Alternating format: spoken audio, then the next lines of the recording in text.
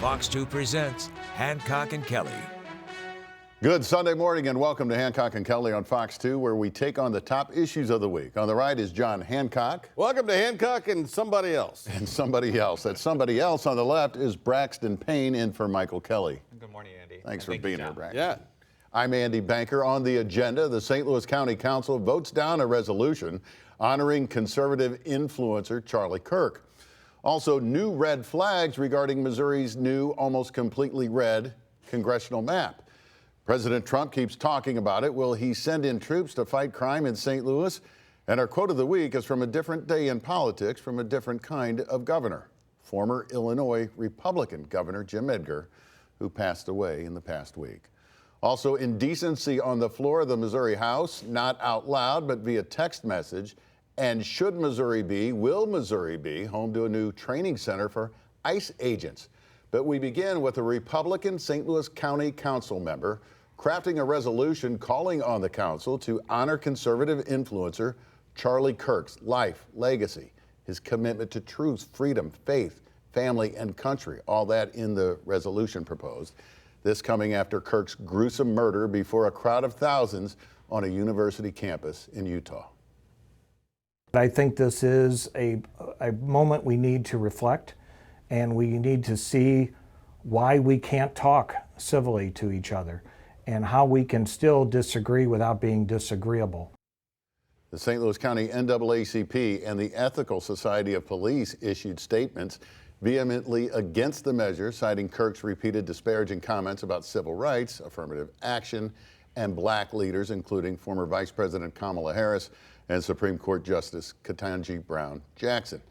The County Council voted down the measure by a 5-2 vote, with Republican Council member Dennis Hancock, who's running for county executive, joining with the Democrat majority in voting no. John, was no the way to go?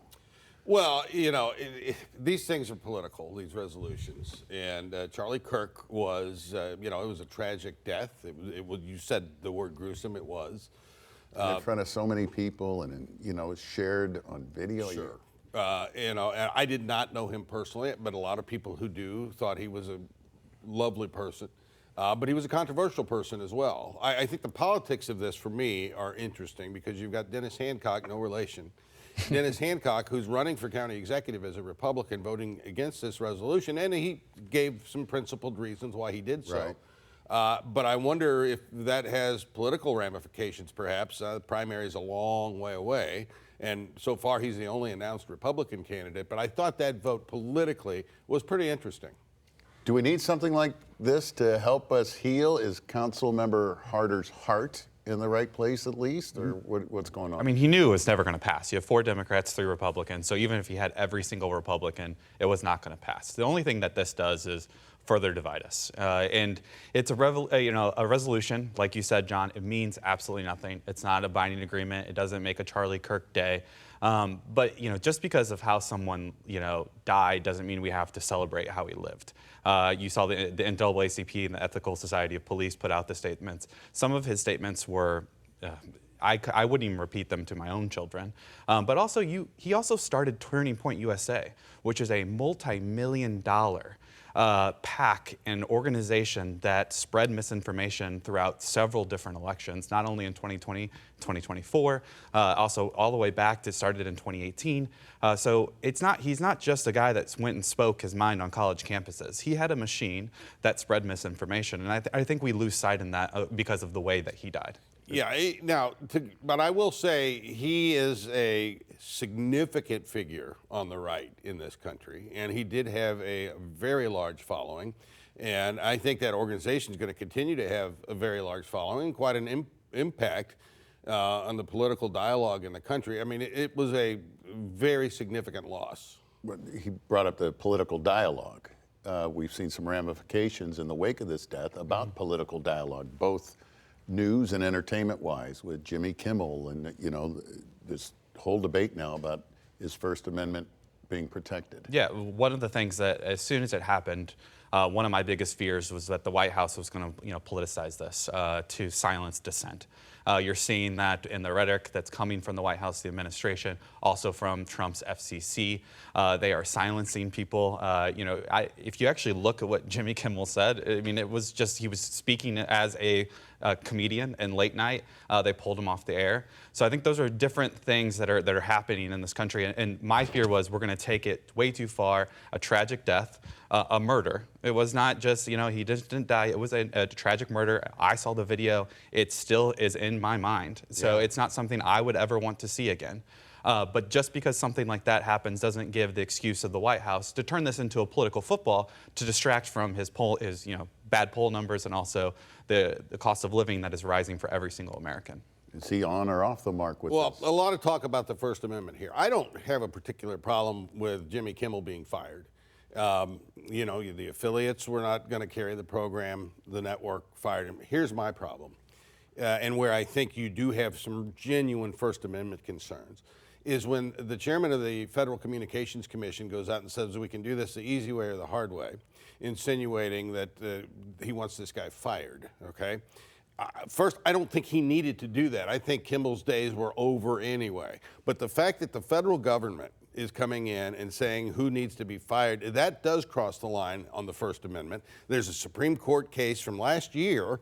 It was a 9-0 decision where a functionary, a government official in New York, was trying to stifle the speech of the National Rifle Association. And by a 9-0 opinion, the court said that's violating the First Amendment. The government shall make no law respecting the freedom of speech or of the press or of the people to peacefully assemble. The First Amendment is a limitation on the government, and I'm very uncomfortable with the government weighing in on who gets hired and fired in the broadcast world. Well, John mentioned that he didn't know Charlie Kirk. I'm assuming you didn't. No. I didn't.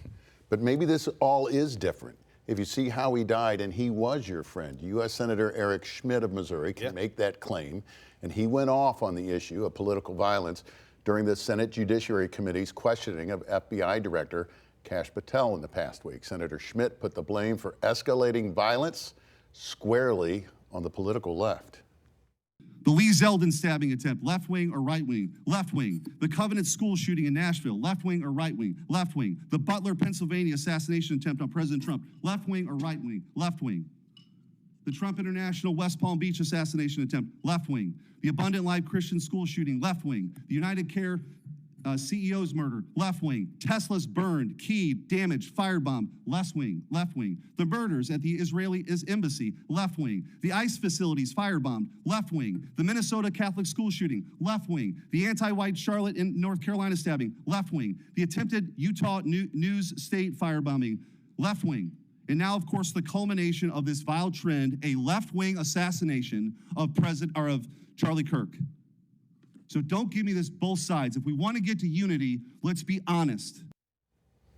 Now, he failed to mention the apparent right-wing murder of the former Democrat House Speaker in Minnesota who you just saw and her husband just 3 months ago, and the apparent right-wing arson at the home of Democrat Pennsylvania Governor Josh Shapiro.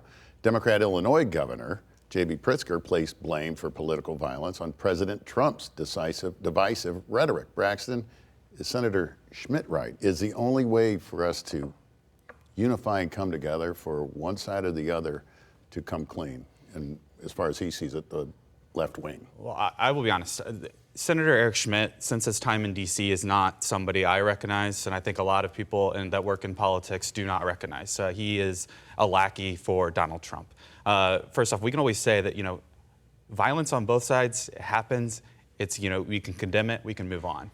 There's only one person that pardoned political violence, and that's Donald Trump. On January 6th, 2 police officers were killed. They stormed the Capitol trying to overthrow our democracy. That was violent. It was sad to watch. And then one of his first actions in office, he pardons those people. That is an act of political violence as well. And so I do think Trump has a lot to blame in the way he speaks about people. He announced his political campaign coming down the escalator talking about Mexicans and immigrants and coming in this country and raping and murdering everyone. That was one of the first things that came out of his mouth. So starting in 2016, it turned it up. Now, is he the only person to blame? Of course not. But we have to look, a lot of times Republicans need to look in the mirror and what they're talking about. And it's just the furtherance of quote unquote cancel culture. They're doing it from the federal government right now with the FCC. It's ridiculous to think about, it's not just, yes, it is both sides, but we can just sit there and point, and we can do that all day long. Why can't we just say this was terrible? Let's make sure it doesn't happen again. That's it. Well, yeah, that's what you should do. The problem is you've got a lot of people out there that have been radicalized on the left and on the right, and there's all of these very dark places on the web that people go. This kid apparently was in one of them, and and so rhetoric matters because it doesn't take much to set some of these people off. Now, all political violence isn't even ideological. You go back and you look at John Hinckley, he was trying to impress Jodie Foster for the love of Pete. I mean, but this is not a one-size-fits-all prescription. Regardless of which side it comes from, the finger pointing always comes from both, it seems. Republican Missouri Governor Mike Kehoe says he expects to sign a new congressional map into law, officially redrawing Missouri's congressional districts for the second time in 3 years after President Trump urged him to get it done in time for the 2026 midterm elections. Here's the map approved in 2022. Note the two blue Democrat districts, District 1, St. Louis, District 5 in Kansas City. Watch what happens to District 5 with the new map.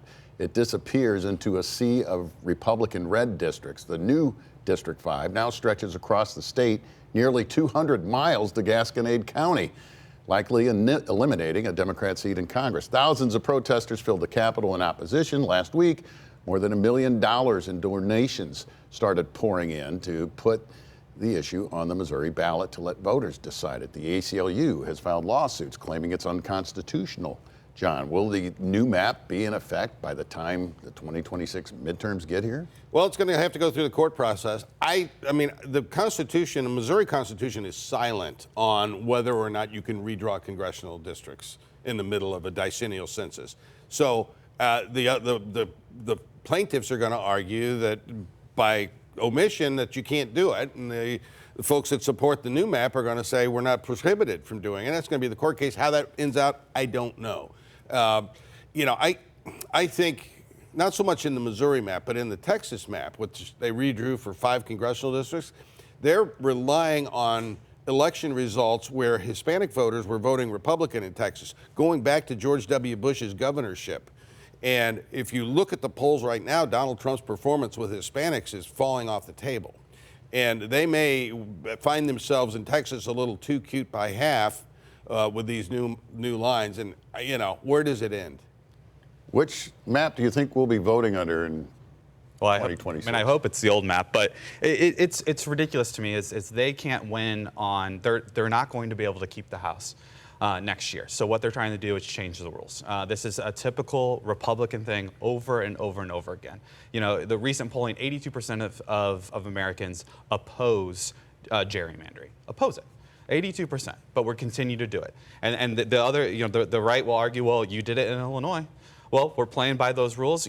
Every single Democrat voted in Congress to ban gerrymandering and have it to commissions. Every single Republican voted against it. Democrats are ready to do it. Let's leave it up to bipartisan commissions. I'm ready to do that. We'll see how it plays out in courts. I think there had not just the problem of that, but also the precincts in Kansas City. There was an overlap there that they're also challenging. I think it's going to be interesting to see what happens in the courts. Let's get through this next one quickly. A Democrat state rep from Springfield now faces a Missouri House ethics investigation over an obscene text message sent to a Republican representative from Jefferson County. State Rep Jeremy Dean allegedly sent the message to Republican State Rep Cicely Williams of Jeffco. It included a description of Republicans being unable to debate while seemingly performing a sex act with President Trump. This is during special session debate, Braxton. Yep, I mean, we can condemn it and move on. I think a lot of times the problem is when Republicans do something like this, it's like, oh, there's defense or they deflect.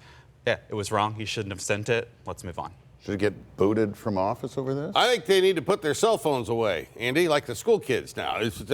Put them down, put them in the bag, and do your business.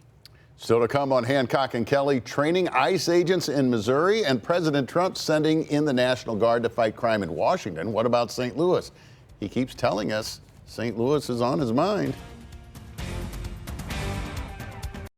To hear more, listen to the podcast. Just search for Hancock and Kelly. President Trump keeps talking about St. Louis when he's talking about federal troops fighting crime. Well, it's going to save these cities. This isn't like, we're going to do something. We have to save St. Louis. We have to save Chicago. This isn't the only time he talked about our city in the past week. St. Louis Mayor Kara Spencer is against the idea. Republican Governor Mike Kehoe, strong Trump ally, would have to ask the president to send help. He hasn't done so, but he's also not ruling it out, Braxton. Yeah, I mean, first off, I think what we want is focus on local law enforcement. We want investment in that, guns off our streets, and the root causes of crime, which is poverty and a lot of different other things. That's what we should be focused on. Where was Trump during the tornado? He was absent. I would like to see some help during that, but he's deflecting because inflation is up. The cost of groceries is up nearly almost a whole percentage point when it comes to beef, eggs. Everything else is up, and that's what he ran on, and he's deflecting. Send in the troops? Well, first of all, FEMA is involved here, and they're just this week sending more money to help the tornado victims. I don't think troops are the answer, but I do think a presence on the street is helpful. I wish we had more police officers to put on the street because a law enforcement presence greatly reduces the occurrence of crime. And so, if it's National Guard troops, I do think that will affect the occurrence of crime. But I don't know that it's a look that any of us particularly want. Top Republicans are teaming up in a push to establish a training center for U.S. Immigration and Customs Enforcement agents, or ICE agents, at Fort Leonard Wood, southwest of St. Louis. U.S. Senators Hawley and Schmidt and now Governor Kehoe are lobbying Defense Secretary Pete Hegseth and Homeland Security Secretary Kristi Noem to make the move, John. Yeah, I don't know what the training protocol is for ICE agents, but I do know there's a whole lot more of them now than there was, 8 months ago. And I hope they're getting training. And I think a facility like this would be a perfectly good idea. I know I support training these. These folks are now law enforcement officials. They need to be trained. Whether you like it or not, they're adding ICE officers. They need to train them somewhere. Fort Leonard Wood has the space and the know-how. They already train military police down there. Is this not a good thing for Missouri? Yeah, sure. I mean, if it brings jobs to the local economy, great. But it's once again a distraction on the real issues. We want health care. We want lower cost of goods. We're focused on ICE and hiring agents. Why don't we focus on actually lowering the cost of living for everyday Americans? And if we actually did that and what he ran on, then maybe we can actually, make some progress in this country. Still to come on Hancock and Kelly, our quote of the week, the passing of Illinois Governor Jim Edgar, a two-term Republican in Illinois. Our quote is from the man himself 30 years ago. Given our current state of politics, it may seem like it was a lot longer than that.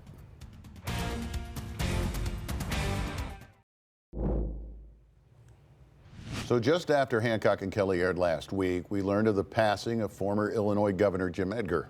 He was 79. He died from complications of treatment of pancreatic cancer. A lifelong Republican, he first ran for the Illinois House in 1974.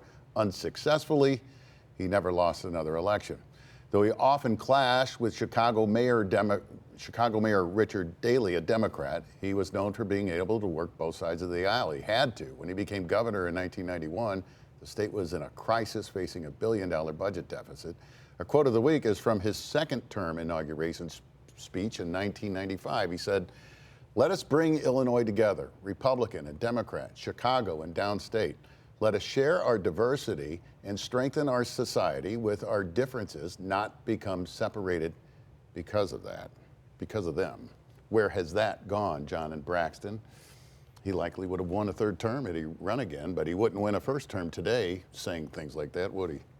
No, I knew Jim Edgar, and a really fine, good, decent man. And, you see somebody like that and you realize just how much our politics has changed in a relatively short period of time. Yeah, what I found interesting, the Illinois AFL-CIO that represents union workers in the state of Illinois came out with a statement, said we often disagreed. In short, I'm paraphrasing, they always had a seat at the table with him. So I thought that was interesting. He always would listen to the other side, whether it be organized labor or not. And I thought that was, he said in that statement, he used the word diversity. I don't even think you can say that word right now if you're a Republican. It was the 90s. It kind of brings to mind the Clinton and the former Speaker of the House, Newt Gingrich, and, didn't believe the same things, but they came together to make things happen. Yeah. Different kind of politics. Final thoughts are next. First, Drone Fox with a view of one of the tallest structures you'll see in St. Louis, nearly twice as tall as the Gateway Arch. What is that thing? It's the KTVI Tower in St. Louis County. It serves as our broadcast transmitter, more than 1,000 feet high.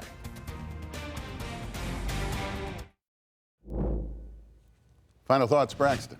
I just want to wish my lovely wife a happy 35th birthday. Today is her birthday, so happy birthday, Megan. Happy birthday, Megan. Happy birthday.